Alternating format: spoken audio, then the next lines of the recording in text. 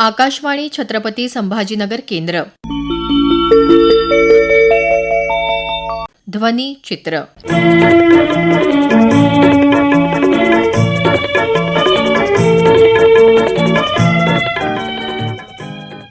स्वातंत्र्यदिनी छत्रपती संभाजीनगर इथं पालकमंत्री संजय शिरसाठ यांनी केलेल्या भाषणाचा संपादित अंश आणि स्वदेशी एक्स्पो शोचं उद्घाटन तसंच याबद्दलची माहिती आज आपण ध्वनिचित्र या कार्यक्रमात ऐकणार आहोत.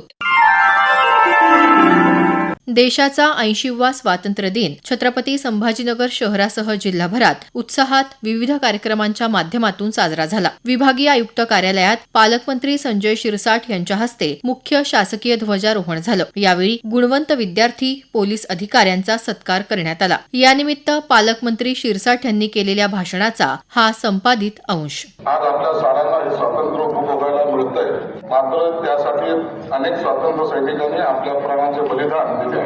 अनेकांनी आपल्या घरदाराचा सुखाचा त्याग त्या काळी केला. त्या त्यागातून बलिदानातून आपल्याला हे स्वातंत्र्य मिळाले आहे.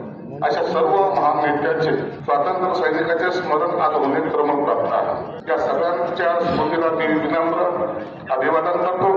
आपला देश अखंड राहावा, शत्रूपासून त्यांचे संरक्षण व्हावे यासाठी आपले शूरवीर सैनिक सीमावर रात्रंदिवस पहारा देत असतात. त्यातील अनेकांनी देशाच्या सीमेचं रक्षण करताना आपल्या प्राणाचे बलिदान दिले आहे. त्यांच्याही त्याग आणि बलिदानाला मी विनम्रपणे अभिवादन करतो. आपले माननीय मुख्यमंत्री देवेंद्र फडणवीस, उपमुख्यमंत्री एकनाथ शिंदे, श्रीमती सुनेत्राताई पवार यांच्या नेतृत्वात शासन जलकल्याणाच्या अनेक विविध योजना राबवत आहे. जनतेला वेळेत पारदर्शक सेवा सुविधा देणे हे शासनाचे कर्तव्य आहे. आज देशभर आपण जर पाहत असाल, गावखेडा असो, ग्रामीण भाग असो, शहरी भाग असो, महाराष्ट्रात चांद्यापासून बांद्यापर्यंत तर देशात काश्मीर पासून कन्याकुमारीपर्यंत प्रत्येक भारतीय या स्वातंत्र्याचा आनंद घेण्याचा प्रयत्न करतो. माझा देश कोणता तर एकमेव भारत. जातीपातीच्या पलीकडे जाऊन कोणताही पक्ष नाही, कोणतीही जात नाही. आज प्रत्येकाच्या हातामध्ये आपल्याला तिरंगा पाहायला मिळतो. रस्त्यावर पहा, अनेक विद्यार्थी असतील, लहान बालिका असतील, महिला असतील, एक तिरंग्याला आपल्याला सलाम करायचा आहे, त्याला नमस्कार करायचा आहे. या भावनेतून देशभरात रस्त्यावर आपल्याला या देशाचा गुंतवणूक आणताना दिसतंय. हे स्वातंत्र्य जेव्हा मिळालं त्या काळामध्ये ही आपल्या पूर्वीची जी पिढी होती त्यांचं खऱ्या अर्थानं बलिदान आहे. त्यांनी केलेला संघर्ष आपण ते स्वातंत्र्य खऱ्या अर्थानं भोगतोय.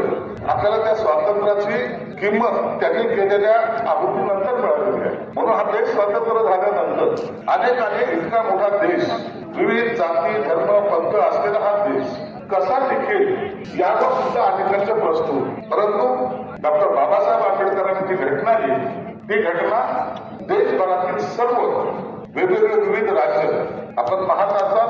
200 किलोमीटरवर गेल्यानंतर भाषामध्ये परिवर्तन होताना आपल्याला दिसते, भाषा बदलताना दिसते, परंतु सर्वांच्या मनामध्ये एकच भावना, आमची राज्यघटना ही आम्हाला सर्वोपरी आहे. म्हणून या देशावर अनेकांनी अतिक्रमण करण्याचा प्रयत्न केला असताना त्यांनी पुन्हा आपल्याकडे हा देश सोडण्यासाठी लढाया करण्याचा प्रयत्न केला. परंतु देश एक संघ असल्यामुळे या सर्वांचे मनसुबे जे आहेत ते आपण उडवून लावलेले आहे. हा देश प्रगतीपथावर जात असताना आपला महाराष्ट्र अनेक राज्य प्रगतीपथावर आहेत, त्यातल्या त्यात आपला महाराष्ट्र त्यातून सर्वात जास्त प्रगतीपथावर जाणारा हा आपला महाराष्ट्र आहे. या महाराष्ट्रामध्ये अनेक निर्णय या शासनाने घेतलेले आहेत. अनेक निर्णयाची पूर्ती आपल्याला होताना दिसत आहे.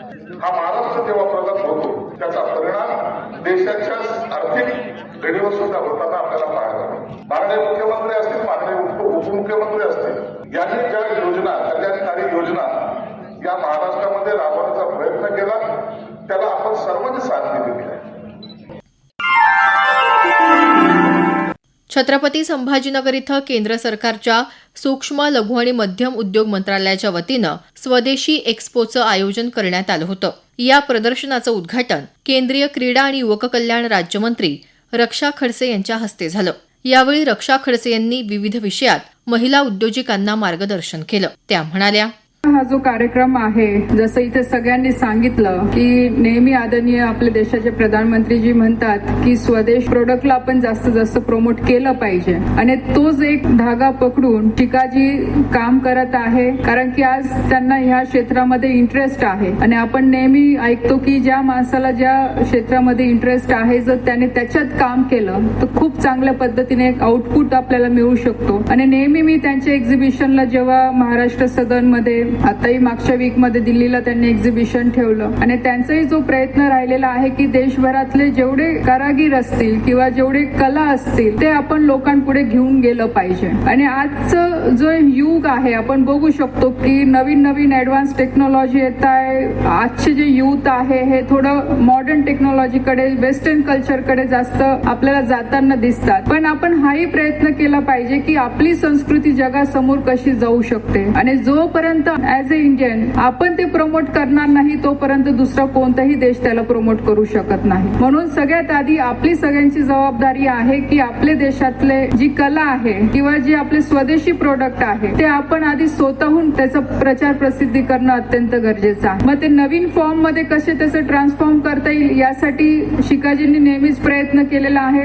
जसं ते साडी, त्यांचं शिका साडीज करून मोठं एक काम आहे साडीज मध्ये. त्यांनी नेहमी प्रयत्न केलेला आहे की सगळ्या कला ह्या साडीच्या रूपाने कसं आपण पुढे घेऊन जाऊ शकतो. आणि खूप छान छान सुंदर सुंदर कला मला मागच्या 2 वर्षापासून मी नेहमी त्यांच्या एक्झिबिशनला जाते तेव्हा बघायला मिळतं. आणि युनिक प्रोडक्ट्स असतात. तुम्ही जर आपण सगळे एक एक स्टॉल बघितले, वेळ त्याच्यासाठीच लागला कारण की मी पण थोडं बघत असते कारण मला पण इंटरेस्ट आहे या सगळ्या गोष्टींमध्ये. तर एक एक जे प्रोडक्ट बनवतात आपले कलाकार ते खूप युनिक प्रोडक्ट असतात. म्हणजे आज त्याची व्हॅल्यू कदाचित आपल्या लोकांना खूप कमी आहे, पण जो खरोखर कलाला समजू शकतो, त्याच्या मागचं त्याची हिस्ट्री समजू शकतो, तर त्या प्रोडक्टची व्हॅल्यू खूप आहे. आणि आपल्यासारख्या लोकांनी त्याला जास्तीत जास्त प्रमोट करायचा प्रयत्न केला गेला पाहिजे. म्हणजे जस्ट एक उदाहरण मी तुम्हाला देईल कारण की इथे सगळ्यांनी सांगितलं, म्हणजे मी आहे पण बिंग ए युथ मिनिस्टर, आमचा एक उपक्रम आम्ही नेहमी राबवत असतो. दिल्लीमध्ये भारत मंडपममध्ये 3 दिवसाचा कॉन्फरन्स होत असते. देशभरातले जवळपास 50 लाखातनं पार्टिसिपेशन करून 3000 युथ तिथे पार्टिसिपेट करत असतात. 12 जानेवारीला 10 ते 12 जानेवारी कार्यक्रम असतो. स्वतः आदरणीय प्रधानमंत्रीजी ते कार्यक्रमाला उपस्थित राहतात. मागच्या वेळेस आमच्या एक्झिबिशन मध्ये एक पटोला साडीचं एक्झिबिशन होतं. म्हणजे एक्झिबिशन इन द सेन्स की तिने कसं स्वतःचं पटोला हा ब्रँड कसा ट्रान्सफॉर्म केला तिने. तर जेव्हा पीएम तिच्या स्टॉलवर गेले, ती जी लेडी होती म्हणजे युथच होती ती पण, तर ती आधी बँकमध्ये काम करत होती. पण जेव्हा आदरणीय प्रधानमंत्रीजीने सांगितलं की हेरिटेज बद्दल बोलले, जी आपली संस्कृती आहे ते नवीन फॉर्म मध्ये आपण लोकांपुढे कसं घेऊन जाऊ शकतो, ह्यासाठी नेहमी आदरणीय प्रधानमंत्रीजी बोलतात. आणि तिने ही गोष्ट समजून आपला जॉब सोडला आणि तिचे वडिलोपासून म्हणजे फोर फादर पासून जो त्यांचा पैठणीचा जो बिझनेस होता, तिने तो नवीन पद्धतीने तो कन्वर्ट केला. तिने कोर्सेस केले फॅशन डिझायनिंगचे. ते नवीन रिफॉर्म वेने ती पुढे घेऊन आली आणि आज तिचा लाखोमध्ये टर्न ओव्हर होताना आज दिसतोय. म्हणजे हे सांगायचं तात्पर्य माझं एवढं आहे की तुम्ही कलेला कोणत्या कोणत्या वेगळ्या वेगळ्या फॉर्म मध्ये त्याचं रूपांतर करू शकतात आणि ते केल्यानंतर त्याचं मार्केटिंग स्ट्रॅटेजी जर आपल्याकडे चांगली असेल तर खूप लोकांपर्यंत ते पोहोचू शकतो आणि एक चांगला बिझनेस मॉडेल सुद्धा उभं राहू शकतो. पण हे करत असताना जे कलाकार आहे, जे खरोखर कलाकार आहे, जे आजच्या पिढींना हे याच्याबद्दल माहिती नाहीये, त्या कलाकारांबद्दल माहिती असणं पण तेवढंच गरजेचं आहे. कारण की शेवटी कलाकार ही आपली देशाची खरोखर ताकद आहे. याला जपणं ही आपली सगळ्यांची जबाबदारी आहे आणि नक्की शिकाजी ते करायचा प्रयत्न करताय.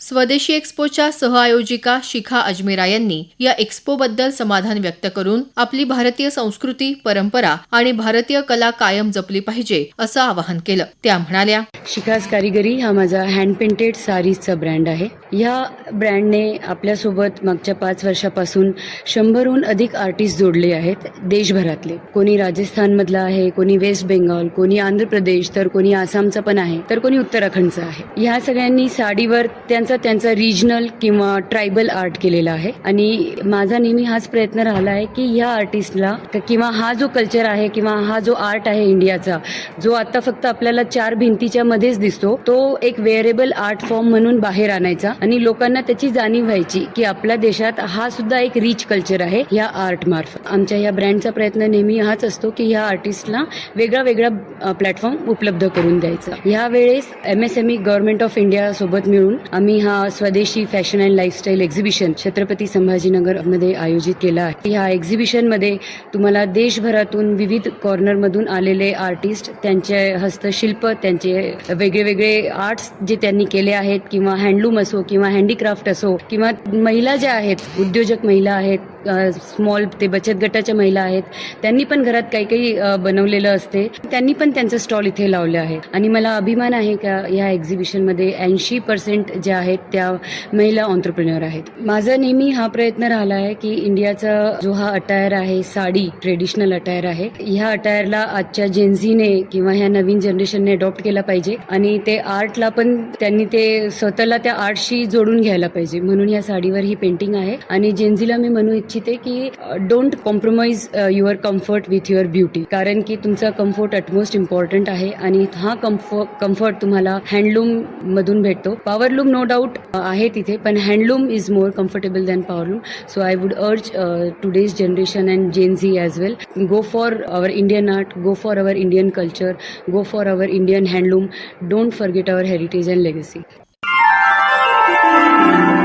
या एक्स्पोच्या माध्यमातून आपली कला प्रसिद्ध करण्याची संधी मिळाल्याची भावना मेकअप आर्टिस्ट अर्चना मंत्री यांनी व्यक्त केली. असे उपक्रम घेऊन महिलांना संधी उपलब्ध करून दिल्याबद्दल त्यांनी आयोजकांचे आभार मानले. त्या म्हणाल्या, शिकास कारिगरी सोबत याआधीही मी एकदा काम केलेले आहे दिल्लीमध्ये सूरज कुंड मेळाव्यामध्ये, आणि तिथलाही माझा एक्सपिरियन्स खूप छान होता. त्यांनी त्यावेळेसही आपल्या संभाजीनगरच्या आर्टिस्टला पूर्ण प्लॅटफॉर्म दिलं होतं.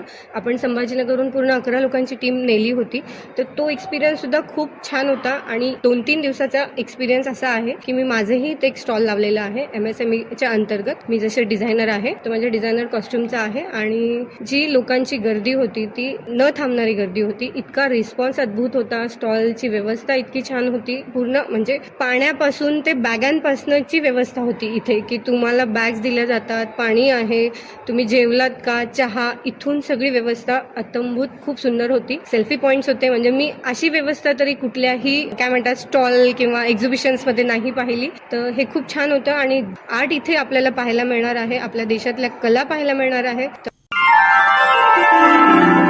या एक्स्पो सारख्या उपक्रमांमुळे स्थानिक महिलांना रोजगार निर्मिती तसंच स्वतःच्या पायावर उभे राहून भारतीय कला विकसित करण्याची संधी मिळत असल्याची प्रतिक्रिया आर्टिस्ट अर्चना मिश्रा यांनी दिली. त्या म्हणाल्या, हा जो प्रोग्राम होता आपल्या शहरात 3 दिवसाचा 14, 15 आणि 16 जो स्वदेशीचा कार्यक्रम आयोजित केलेला आहे संतोष सरांनी, शिखा मॅमनी, मी खूप सुंदर सुंदर ऑब्झर्वेशन्स केले. लाईक जेवढे पण व्यावसायिक आहेत, जेवढे पण स्टॉल्स ज्यांचे होते, त्यांनी लिटल त्यांच्या चेहऱ्यावरची मेहनत मला दिसत होती. त्यांचे जे इगरनेस होते, त्यांना जावं, त्यांना प्रशंसा करावी, त्यांच्याकडून ऐकून घ्यावे, ते सगळं खूप मला खूप असं क्युरियोसिटी होती. एक स्टॉलकडे गेले आणि त्यांना विचारलं की हे काय आहे, तर त्यांनी डीपली सांगितले सगळे हँडमेड आहेत. पेंटिंग असो किंवा क्रोशिया वर्क्स असो किंवा स्मॉल जे उद्योग आहेत ते पण होते. यू वोंट बिलीव्ह, म्हणजे इकडे 200 पासून ते 25 लाख पर्यंतचे साडीज आणि सगळे मी आउटफिट बघितले. मेन म्हणजे मला असं सांगायचं की जे फॅशन शो झाला ते खूप मेस्मरायझिंग होतं. म्हणजे मी तुम्हाला सांगू इच्छिते की मी खूप सारे फॅशन शोज कधी बघितले पण नसणार आहे, माझ्यासाठी हेच प्रथम आहे असं पण नाही. पण हे मला स्वतः असं वाटलं हे माझं स्वतःच आहे, कारण की इथे मला जी सगळ्यांची मेहनत दिसली ना ते खूप अद्भुत होती. म्हणजे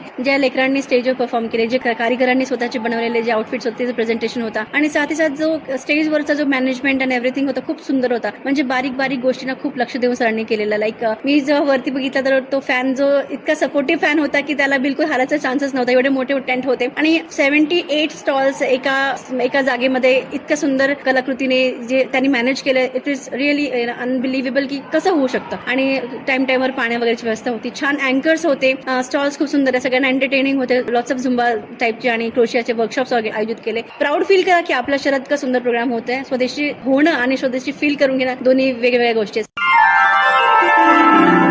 ध्वनी चित्राचा हा कार्यक्रम आकाशवाणी छत्रपती संभाजीनगर केंद्राच्या प्रादेशिक वृत्त विभागाने सादर केला. सादरकर्ते समरजित ठाकूर, निर्मिती सहाय्य धनंजय ब्रह्मपूरकर.